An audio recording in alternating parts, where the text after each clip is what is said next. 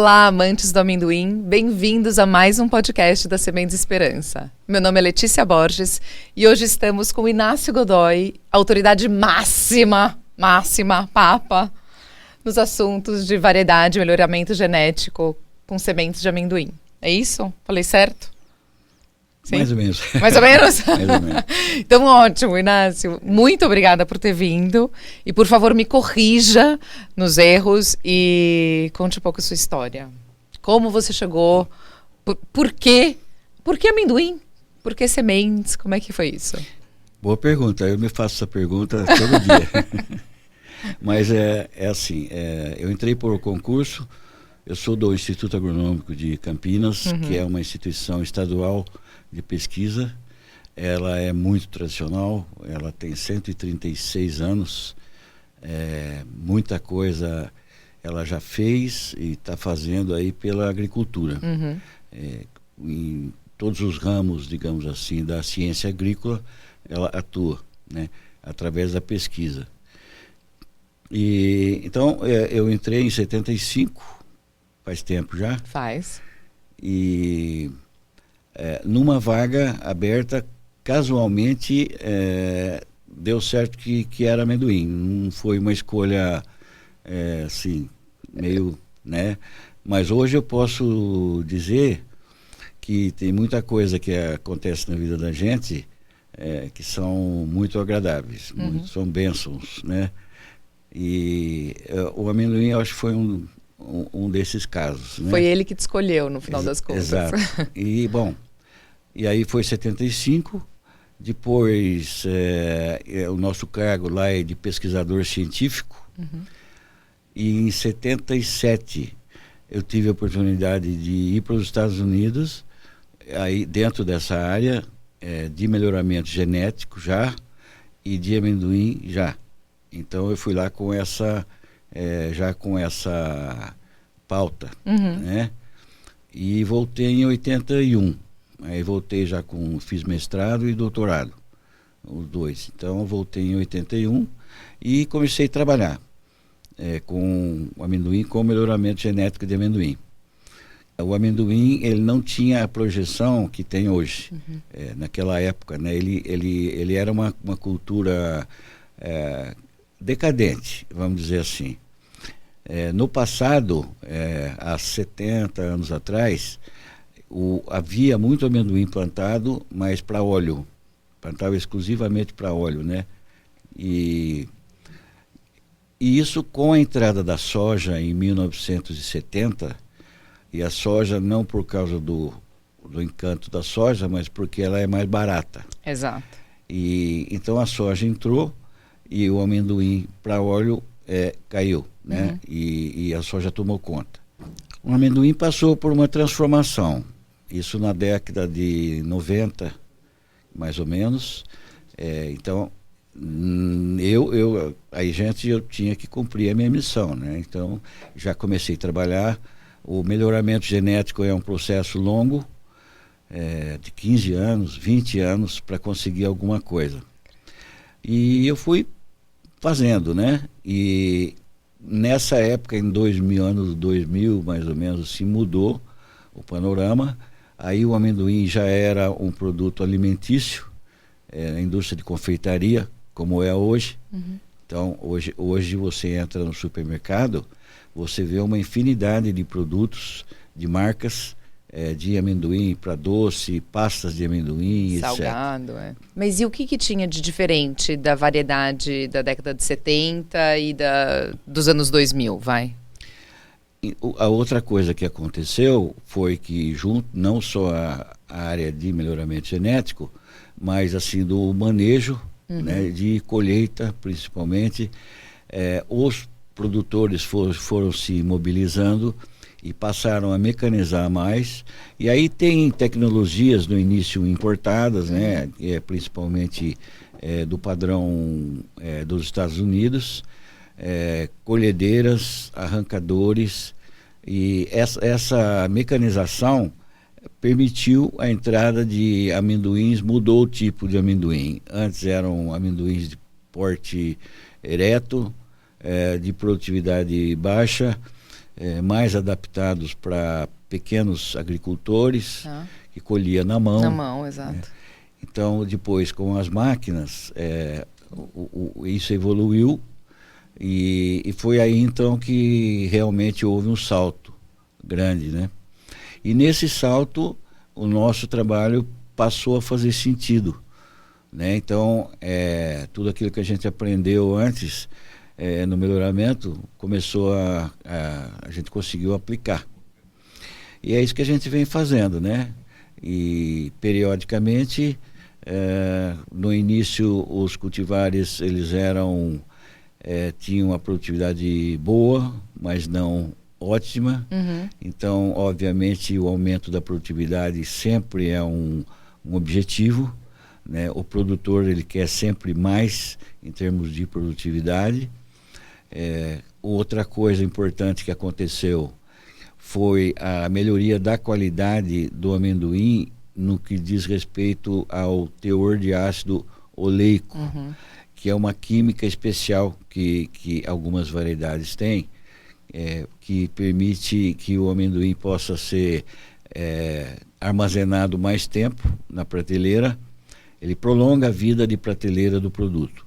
E hoje no Brasil, quase, não sei se 100% da variedade plantada no Brasil é alto oleico ou não? Não 100%, porque existem ainda os tipos antigos que continuam a ser plantados. Eu falei do amendoim ereto. Isso. Então, o amendoim ereto, ele continua sendo plantado. É aquele amendoim de vagem maior, grãozinhos vermelhos. Sim.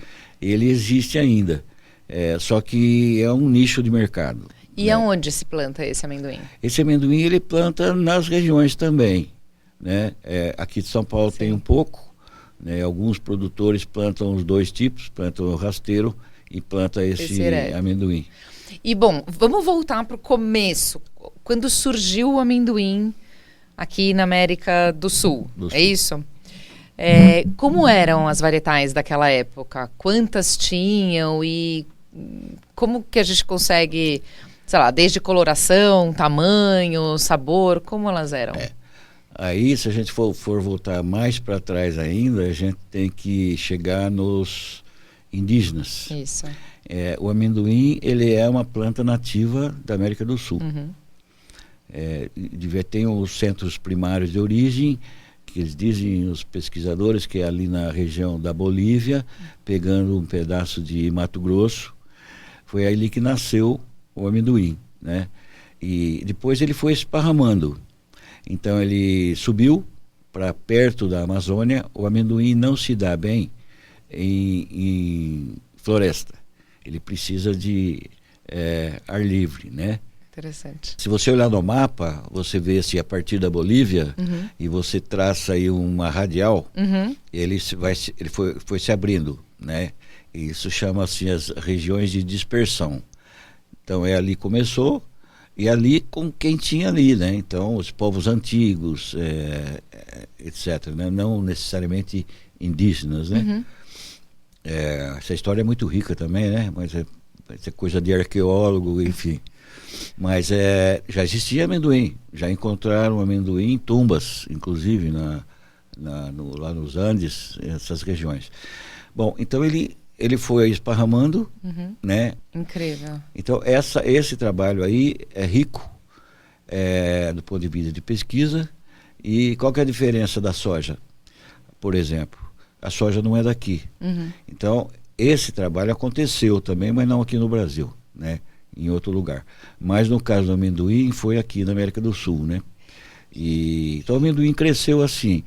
E aí, na década de 1940 para 50, é que ocorreu, então, na Argentina e no Brasil, essa utilização do amendoim, o amendoim já estava aqui, para óleo.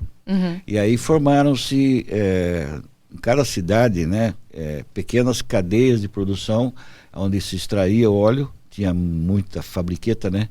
Naquela época lá, que fazia o óleo de amendoim e ficava uma parte para exportação e uma parte para o mercado interno. Então, quem viveu nessa época 1950, por aí, 60. Lembra do óleo de amendoim. Lembra do óleo de amendoim. Exato. Né? E mais no uso culinário para fritura? Um óleo refinado ou um óleo bruto que se usava em outros? Naquela época usava para culinária mesmo. Tá. Ninguém usava óleo de soja. Pensando na semente, porque hoje a gente tem essa sementinha pequena vermelha, né, do amendoim. Isso. E originalmente, imagino que as varietais deveriam ser bem diferentes, mesmo fisicamente, de coloração. A questão do óleo talvez tivesse menos óleo, ou sei lá, como que... Então, na verdade, o óleo não existia uma procura premeditada, nem mais óleo, menos óleo. Mas o mais importante é aquilo que eu falei no início, eram esses amendoins vermelhinhos, né? Eles eram, as plantas eram mais fáceis de ser colhidas manualmente. Tudo era mais fácil. A mecanização que mudou tudo, né? Exato. Então, é por essa facilidade isso que predominavam esses amendoins. Então depois mudou. Então, na verdade, começou a mudar pelo próprio sistema de produção. Aí quem plantava amendoim percebeu que se mecanizasse, esses amendoins que hoje são rasteiros, eles são os amendoins mais de produtividade bem maior. Então, por que esses amendoins são desse jeito hoje? Né? Pele clara, com esse tamanho, etc. Aí entra o mercado. Então, o amendoim também chegou lá em cima na América do Norte, né? Então ele viajou o mundo, como eu estava contando a historinha da África. Exato. Então ele foi para a África, depois ele foi para a Ásia, depois ele foi para a Europa, depois ele foi para os Estados Unidos. E aí criaram-se nomes, inclusive, para amendoim. Então, por exemplo, esse amendoim pequeno, grão pequeno, e vagem de 3, 4 grãos, ele é conhecido até hoje como amendoim tipo Valência. Tá. Valência é o nome da cidade da Espanha. Tá.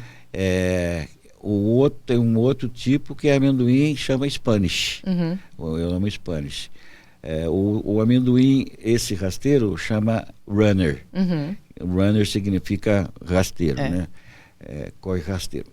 Bom, chegando nos Estados Unidos, os Estados Unidos também tem uma história bacana em termos de amendoim. Ele chegou da mesma forma, né, pelos colonos, etc., pelos povos africanos, mas na década de 1920 e 30, houve a Grande Depressão lá nos Estados Unidos.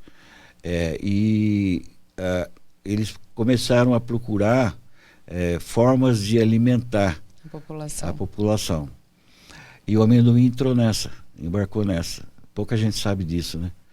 E entrou. Aí tem umas figuras de pesquisadores daquela época, etc., que fizeram. Foi uma política pública do governo mesmo, né? Para colocar em merendas escolares. Exato. Então, a pasta de amendoim, ou peanut butter, que é conhecido nos Estados Unidos, que todo mundo come peanut butter lá. A criançada já começa desde pequenininho comer. E esse hábito, essa cultura de comer amendoim no café da manhã, etc., veio de lá. E geralmente esse runner agora é o que mais tem no mundo todo, exatamente, porque é o que tem maior produtividade. E a razão disso é por causa dessa padronização que houve. Então, até hoje a gente trabalha com amendoim, a gente tenta mudar alguma coisa no padrão. Você pode até inventar alguma coisa, mas não significa que vai dar certo. Entendi. Porque existe um padrão, né? Então, por exemplo, que é uma crítica que a gente faz. O comprador europeu, muitas vezes, ele vem para cá, ele não vem com o espírito de criativo. Sim. Ele só vem com uma mala com dinheiro e fala, eu quero daquele amendoim ali porque mandaram ele. Entendeu? Isso é um erro, inclusive, porque inibe inovações. Exato. Entendeu? Outros olhares. Exato. Isso acontece. E o que dava para ser diferente no amendoim, assim? Quais as possibilidades? Muita coisa. Bom, primeiro é na morfologia mesmo, né? Esse negócio do tamanho influi. Então, você tem amendoim pequeno, você pode fazer amendoim. Eu acho que amendoim maior, ele se aproxima de uma castanha. Ele pode ter um valor diferenciado. O consumidor pode se sentir atraído pelo tamanho dele. Existe possibilidade de amendoim maior? Existe. Nós estamos, inclusive, trabalhando nisso, né? Eba! Enfim, outra coisa que eu falei antes, que também está aí já, é só questão de transferir os genes do alto-leico para a nossa variedade, né? Então, isso é um ganho também. O alto-leico, ele não é só porque ele propicia uma vida mais longa de prateleira, mas também ele é um monoinsaturado, né? O ácido oleico. E o monoinsaturado é um ácido do bem, né? Então, a gordura boa que a gente fala, gordura né? boa. O amendoim comum, você tem 40 a 50% de ácido oleico. O alto oleico, ele tem 80, quase. Incrível.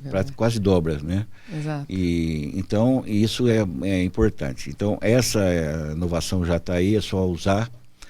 A outra coisa, bom, no campo tem uma série, né, pro produtor.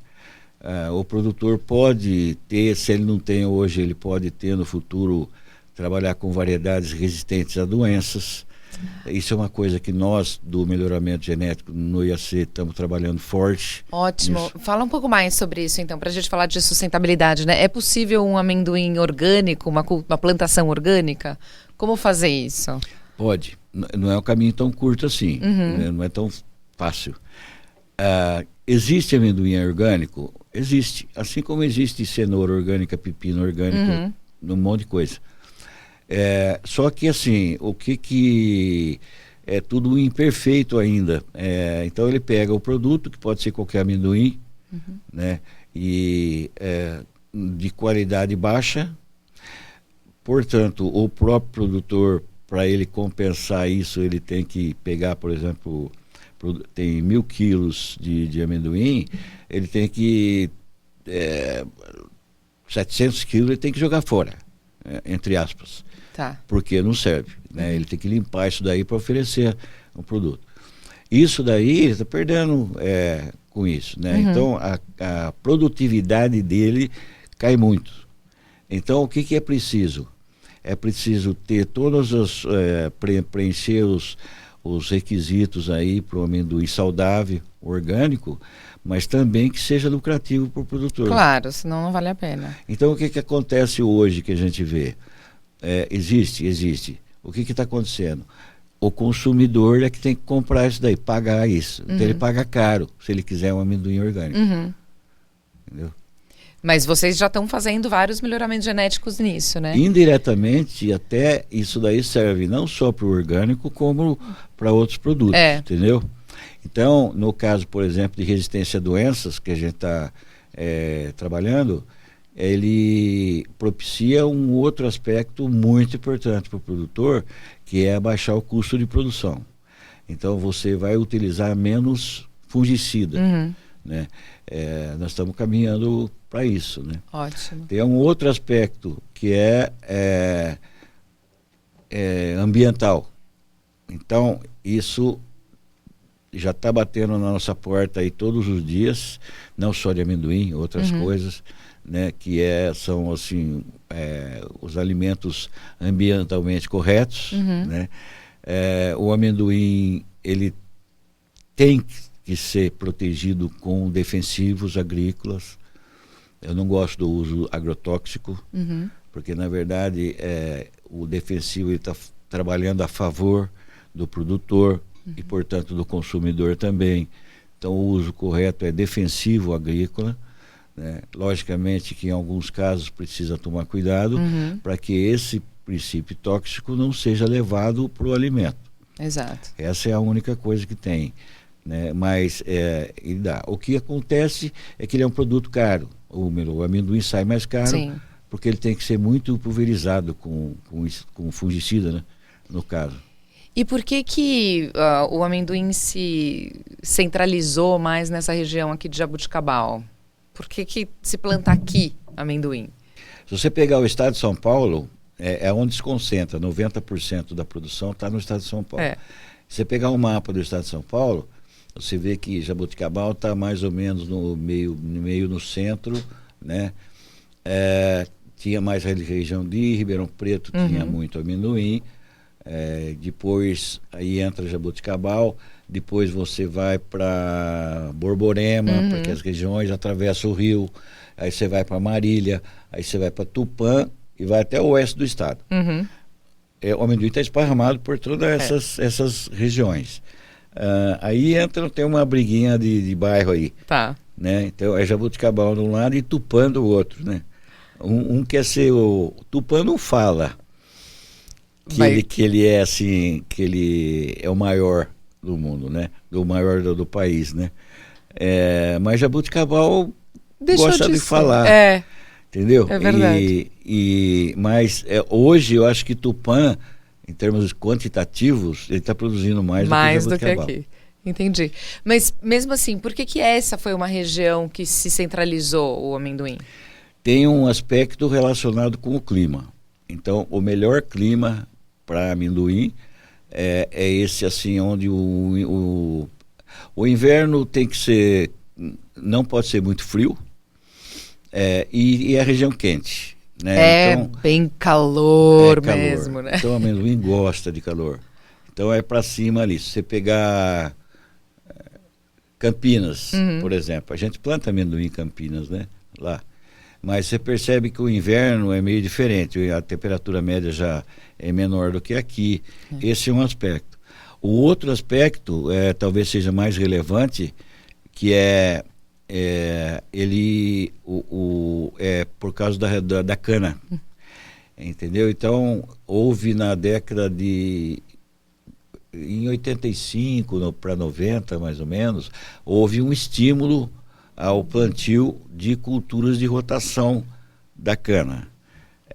Foi a única vez que eu vi a cana se posicionar na fotografia ao lado como amiga do amendoim. Foi a única vez que eu vi.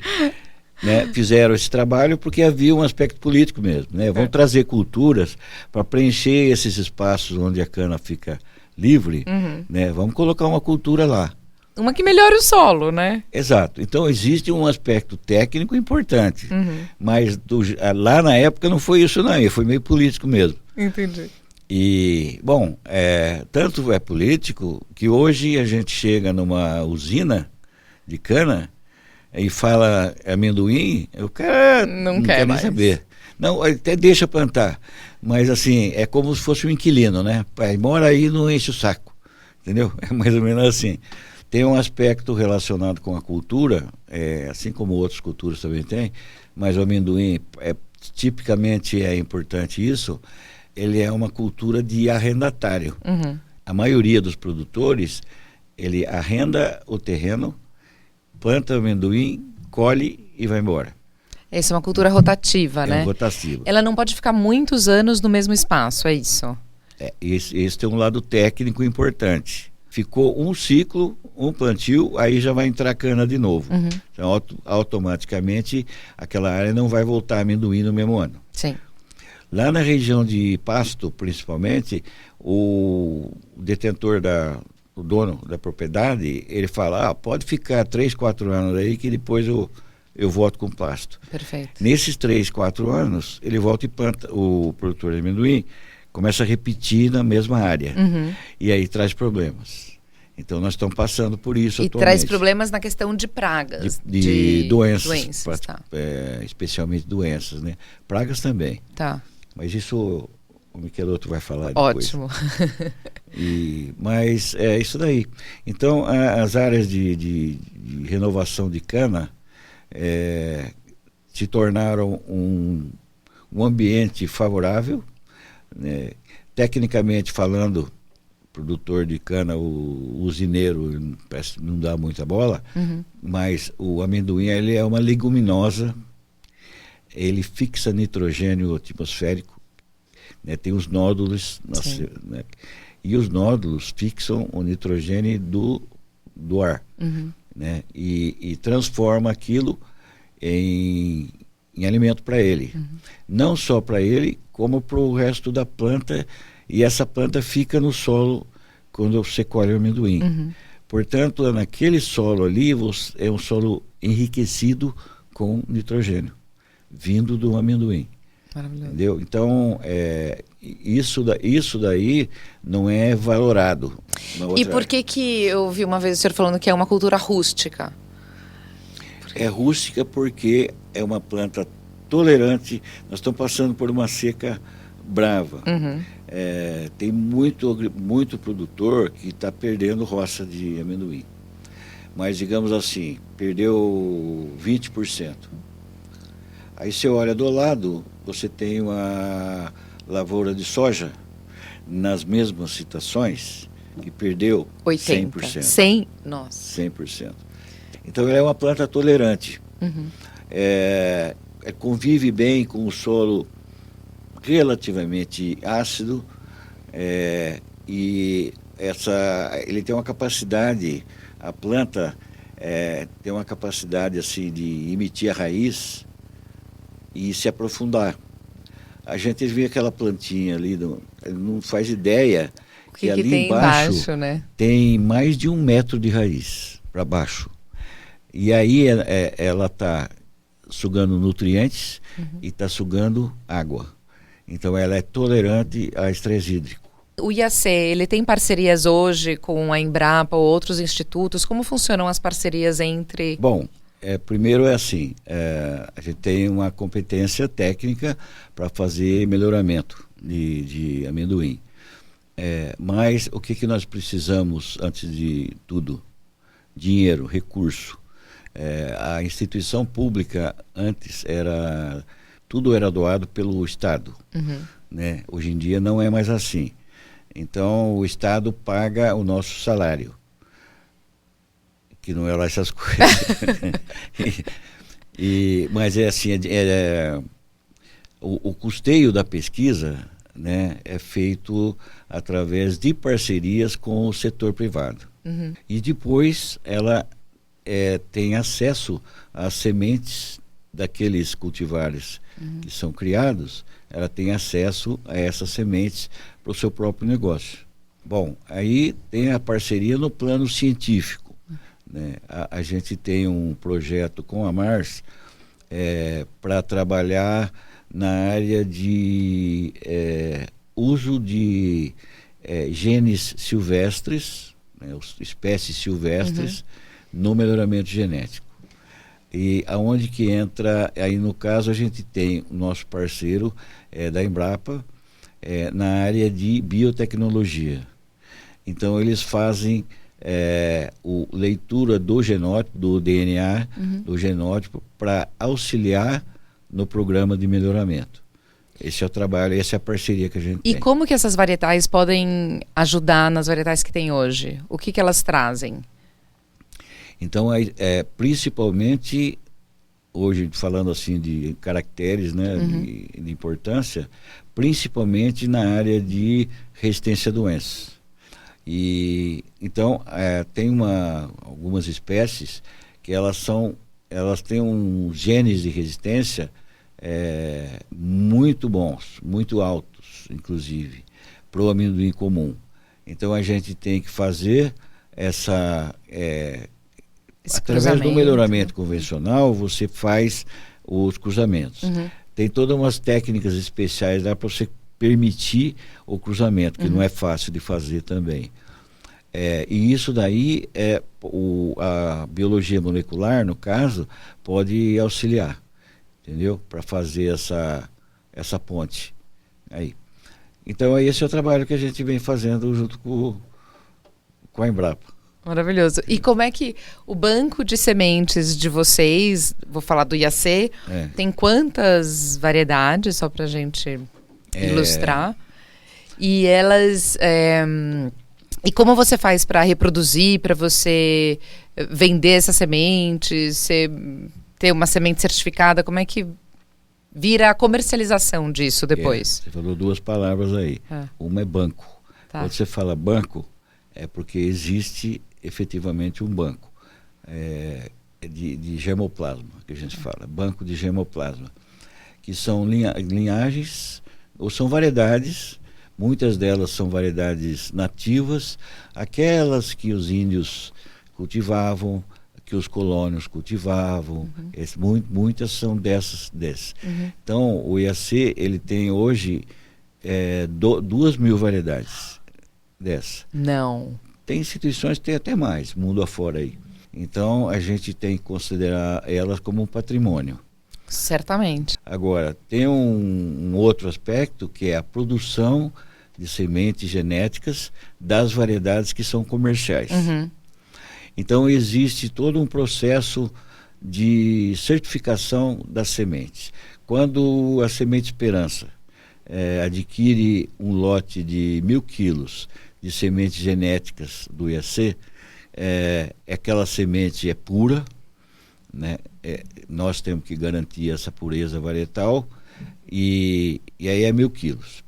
Bom, 1.000 quilos não é nada para a Semente Esperança. Então, ela tem que multiplicar. Então, o que ela faz? Ela passa pega esses 1.000 quilos e vai fazer a semente básica. Aí gera 10.000 quilos de semente básica. Aí gera 100.000 quilos de semente certificada 1, e assim por diante. Uma escadinha. Sim, 2, 3, e vai até quanto? Exato. Tem um limite disso? Não, assim, tem classes de sementes, né? Então, essas são normas do Ministério da Agricultura para certificação de sementes. Todos esses passos são sementes já no processo de certificação. A qualquer momento, ela pode pegar essa semente e vender para um cara documentado e falar, ó, isso daí é a semente certificada. Então, a cada tombo desse aí, você pode multiplicar por 10 a quantidade. E aí você vai chegar num ponto onde você tem a semente necessária para a Semente Esperança plantar 10.000 hectares. O IAC hoje ele tem 8 cultivares. Então, 80% de tudo que tem no estado de plantado é cultivar IAC. A mais plantada é o número, né? IAC 503. Ela tem, assim, ela é bastante rústica, ela é tolerante a estresse hídrico, ela é tolerante a doenças, moderadamente tolerante, né? E, enfim, então, se um produtor, essa é a conta que o produtor faz, ou tem que fazer. Se um ano produziu X, não basta olhar um ano só. Se ele está avaliando uma variedade, ele tem que olhar aí, sei lá, uma média de 4, 5 anos. Então, ela é uma. Aí a IAC OL3. A OL3, ela é de um tipo diferente, ela é sensível a doenças, né? Então, o produtor sabe disso, mas aí ele faz através do manejo. Ele aplica bons fungicidas e ele consegue com ela uma das maiores produtividades que se conhece. Entendi. Aí o produtor faz a continha. Quanto que eu gastei? Mas vou produzir mais. Exato. Então essa continha. Entendi. Alguns não fazem e vão na loteria, né? Então aí ferra-se. Mas até isso, né? O produtor também ele vem se profissionalizando, além do maquinário, da tecnologia, o produtor vem estudando mais. Não, já tem. A cada ano que passa, está aumentando isso. O nível de conhecimento está aumentando. Então, para encerrar, vamos ao assunto polêmico da aflatoxina. Então, como eu disse, tem que conhecer para se defender dela. Conheça a aflatoxina, Conheça a aflatoxina, pessoal. Isso. Você não acaba com ela, né? Porque ela é produto de um fungo. É um fungo que está no solo. É natural do solo. Então, vou dizer, quase que 100% das vezes você vai achar esse fungo em algum lugar. Seja aqui no Brasil, seja na Índia, seja nos Estados Unidos, você vai encontrar esse fungo. O nome mais comum dos fungos mais comuns é o Aspergillus flavus, né? Então, esse fungo aí, ele forma o amendoim, por exemplo, que está bastante mofado, ele forma um mofo, e o mofo meio esverdeado, assim. Mas, logicamente, que isso daí é quando... Quando já está podre mesmo, tá podre assim, né? mesmo. Cheio. Mas antes disso, você não vê o fungo, ele já pode estar presente lá e ele produziu a aflatoxina, né? Então, o aflatoxina é um metabólito do Aspergillus, do fungo. Ele existe no solo. Então, o que o produtor tem que fazer? Tem algumas técnicas ainda que são pouco usadas, que seria você combater o fungo lá na origem dele, no solo. São ferramentas que podem ser usadas, mas pouca gente usa, na verdade, né? Não dá, tem inconvenientes, não dá muito certo. Por exemplo, tem estirpes que eles selecionaram de Aspergillus, assim, inimigos daquele. Entendi. Entendeu? E aí você coloca no solo para eles Exato. brigarem. Então eles cultivam esse fungo num ambiente, por exemplo, casca de trigo, entendeu? Depois joga a casca de trigo lá e um coloniza o outro. Perfeito. Então esse tipo de estratégia, ainda tem coisas para ser desenvolvidas. Tá. O que é o básico? Isso tem que fazer em qualquer lugar. Quando você fala em fungo, você fala assim, qualquer produto que tem muita umidade, então vai dar mais fungo. Pro Aspergillus não é assim. Ah, não? Não. É seca. Quando seca, porque é no solo isso, fungo de solo. Então, no ambiente do solo, quando seca muito, por exemplo, o solo, ele está aí com 40% de umidade, coisa assim, né?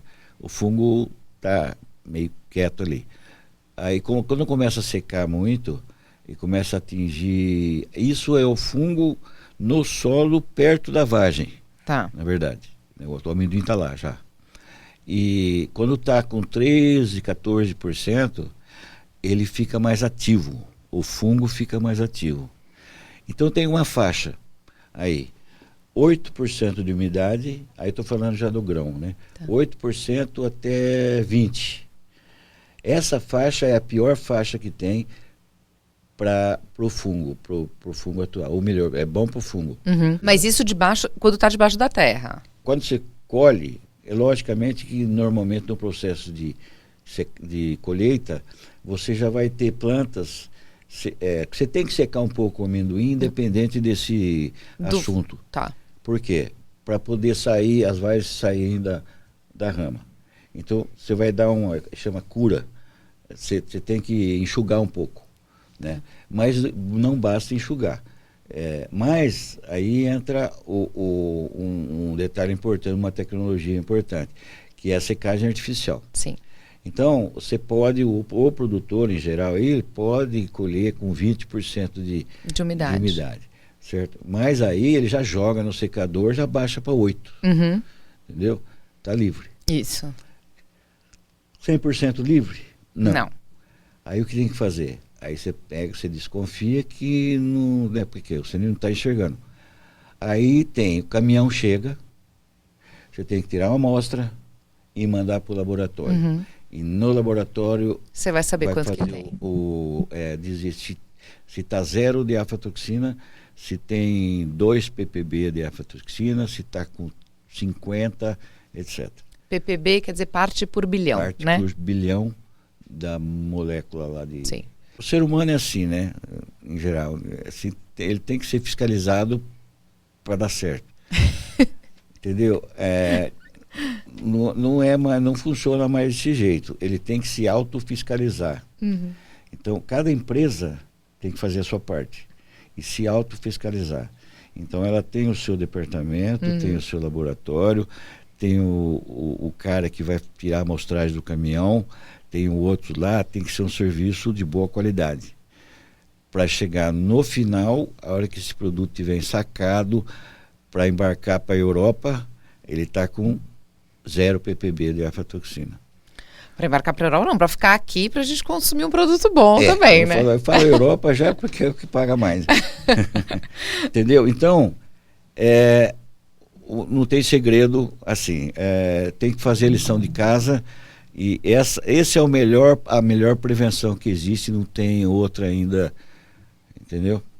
E tem varietais sendo pensadas para a resistência da aflatoxina também? Tem trabalhos sobre isso, também já, e a aflatoxina já foi estudada desde 40, 50 anos de idade, inclusive pensando nisso, geneticamente, o que pode ser feito. Até hoje não se conseguiu nada. Tá bom. Já houve tentativas. Eu acho que tem possibilidade de fazer geneticamente, de ter um genótipo que ele seja, que ele tenha resistência à penetração do fungo. Tá.